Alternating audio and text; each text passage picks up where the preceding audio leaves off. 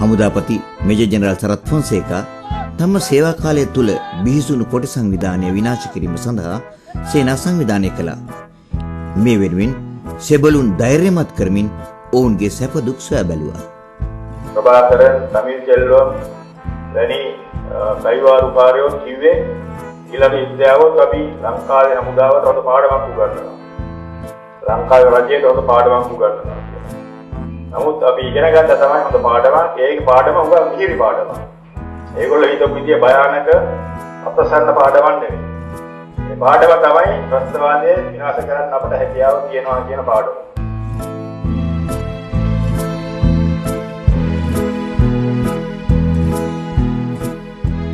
අනාගත යුද්ධයේදී තීරණාත්මක හමුදා සේනාංකයක් වන විශේෂ හමුදා සෙබළුන් හමු වී ඔවුන් දිරිමත් කිරීමටද ඔහු අමතක කළේ නැහැ.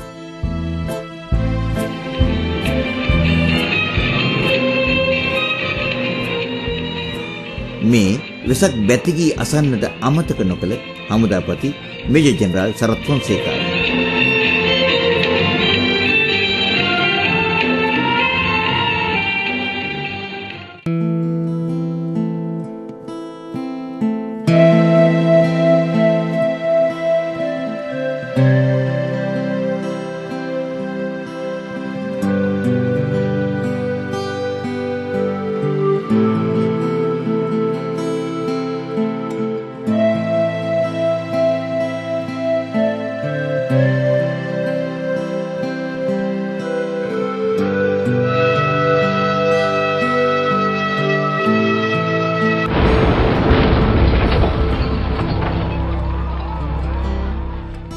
හතරක් මරුණ එතන වටේ හිටපු අය.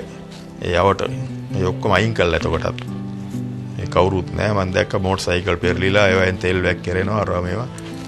විදුරු කටු හැම තැනම වෙඩි බෙහෙත් ගඳ. එතකොට මම දැනගත්තා දැන් බෝම්බෙට අහු වෙලා තමයි තියෙන්නේ.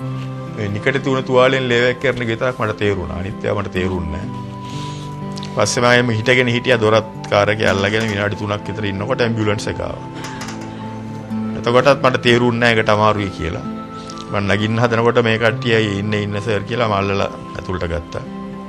නමුත් ඉස්පිරිතාලේට යනකොට ට්‍රැෆික් වැඩි දවල් 1:00 විතර මේක යන්නම් පැය භාගයක් විතර ගියා.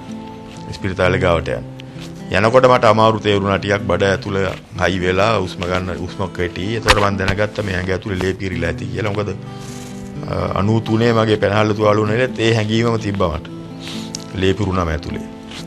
එතකොට මම මේ දොස්තරට කිව්වා මේ මෙහෙම අමාරුයි ටිකක් බටයක් දාලා ලේ ගන්න කියලා. මොකද මට මතකයි 93 මට දීපු සත්කාරය. මෙතනින් බටයක් දැම්මම ලේ ගියාම ඒකට සනීපයි. එතකොට මට එච්චරයි මතක තිබ්බේ.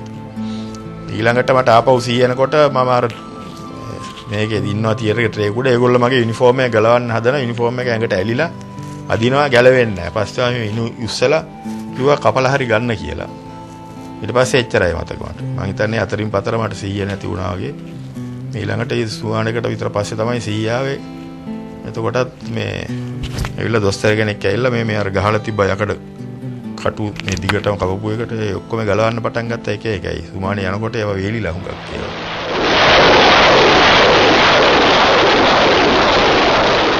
මට ගහව බෝම්බෙත් එක්ක තමයි ක්‍රමයෙන් මේ යුද්ධය පැත්තට මේක හැරුණේ 4 වෙනි ඊළාම යුද්ධය. මාස 3ක් ඉස්පිරිතාලේ හිටියා. ඉස්පිරිතාලෙන් හරියටම එළියට එන දවස් තමයි මාවිල්ලාරුව ඇහුවේ.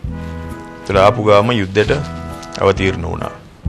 මෙවන විටත් අවුරුදු 35ක් තරම් දීර්ඝ වූ සුඛී හමුදා ජීවිතයෙන් අවුරුදු 26ක්ම මේජර් ජෙනරාල් සරත් ෆොන්සේකා කැප කර තිබුණේ බෙදුම්වාදී කොටි සංවිධානයේ පරාජය කිරීමටයි.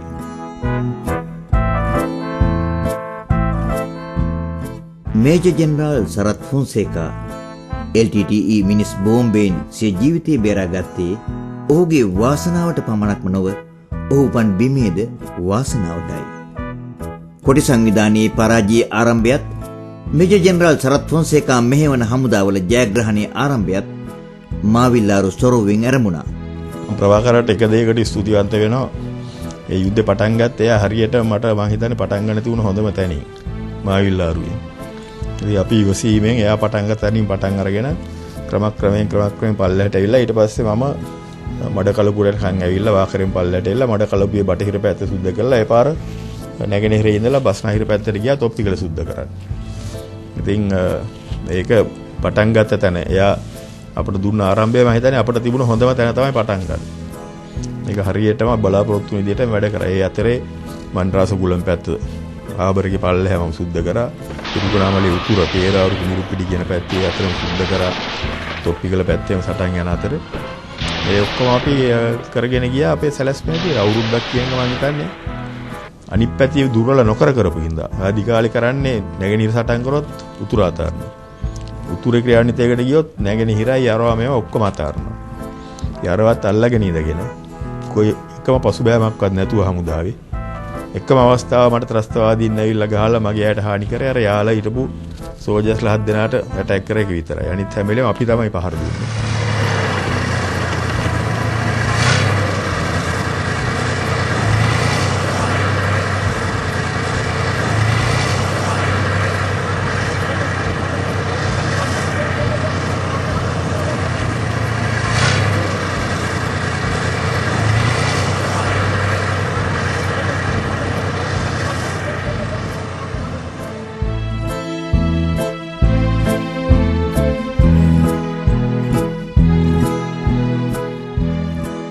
පටන් ගන්නකොට අපිට බලසේන තිබුණේ නැහැ.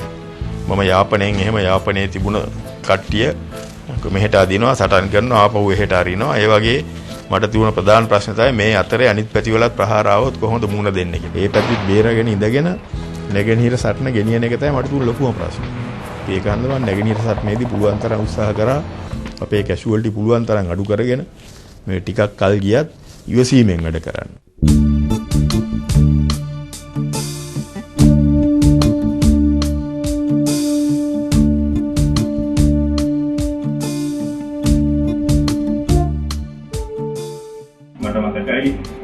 තොප්පිකල යන ඉස්සෙල්ලා මම ප්‍රකාශ කරා අපි ඊළඟට හැරෙන්නේ තොප්පිකලට.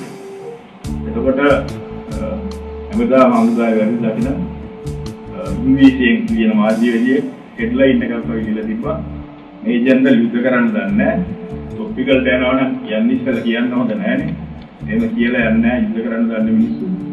දැන් කොහොමද තොප්පිකලට යන්නේ? මෙයා ඔක්කොම ප්ලෑන් එළියට දීලා ඉවරයි. නමුත් අපි මාස් දෙකක් ඇතුළත තොප්පිකලට ගිහිල්ලා පෙන්නවා.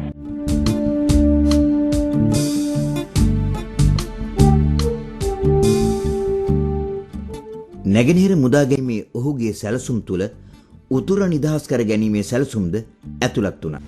මේ පාර අපි සැලැස්මක් ඇතුව කරා. සාමූහික සැලැස්මක් ඇතුව. ඒ සැලැස්ම අනුව තමයි නැගෙනහිර ක්ලියර් කරන්න පටන් ගත්තේ. එතකොට මම බලාපොරොත්තු වුණු විදියටම අවුරුද්දකදී හරියට ඒක මට කරන්න පුළුවන් වුණා.